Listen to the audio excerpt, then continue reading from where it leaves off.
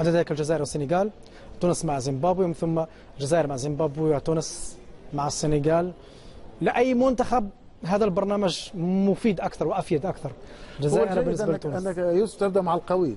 أول مباراة تبدأ مع القوي، ده أفضل شيء لأنك لتقف على استعدادك، هي تدخل في المباراة بشكل جيد، تكون عندك فرصة للتدارك. ولأنه دائما أول مباراة أصعب مباراة، لأنه لو تضع أنت الجزائر تدخل في مباراة والمباراة الأخيرة تكون مع الجزائر، اللي خاف من الأسد يطلع له تكون في أحسن حال. ولذلك أول مباراة مهمة. نعلم جيدا نحترم الجار الجزائر وهذا لا عاد شك، لكن لا نخاف من الجزائر بالرغم أن يضم عناصر كبيرة. وذلك أظهر التاريخ، واحنا كمنتخب تونس من 78 جيل طارق الذيابي إلى غاية هذا الجيل الحالي أنه نحبذ المباريات الكبرى وأن نلعب مع الكبار، ودائما يكونوا أفضل منا على الإمكانيات ونفوز. تحبذون مباريات شمال أفريقيا؟ أكيد نحب مباريات شمال أفريقيا ونحبذ الكبار، بالرغم أنه قبل المباراة أنه لنكون واضحين أن الجزائر أفضل منتخب إفريقي، لكن نحترمهم وعندنا حظوظنا للمرور.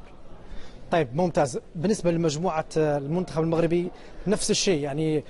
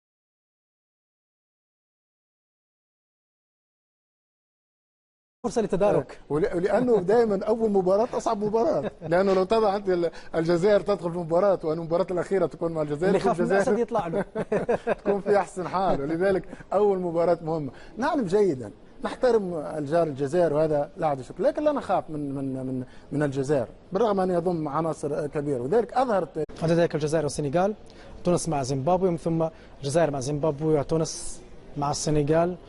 لأي منتخب هذا البرنامج مفيد أكثر وأفيد أكثر. الجزائر بالنسبة لتونس أنك يوسف تبدأ مع القوي. أول مباراة تبدأ مع القوي، ده أفضل شيء لأنك لتقف على استعدادك، هي تدخل في المباراة بشكل جيد، تكون عندك تاريخ. واحنا كمنتخب تونس من 78 جيل طارق الذيابي إلى غاية هذا الجيل الحالي أنه نحبذ المباريات الكبرى وأن نلعب مع الكبار، ودائما يكونوا أفضل منا على الإمكانيات ونفوز. تحبذون مباريات شمال أفريقيا؟ أكيد نحب مباريات شمال أفريقيا ونحبذ الكبار، بالرغم أنه قبل المباراة أنه لنكون واضحين أن الجزائر أفضل منتخب إفريقي، لكن نحترمهم وعندنا حظوظنا للمرور. طيب ممتاز. بالنسبة لمجموعة المنتخب المغربي نفس الشيء يعني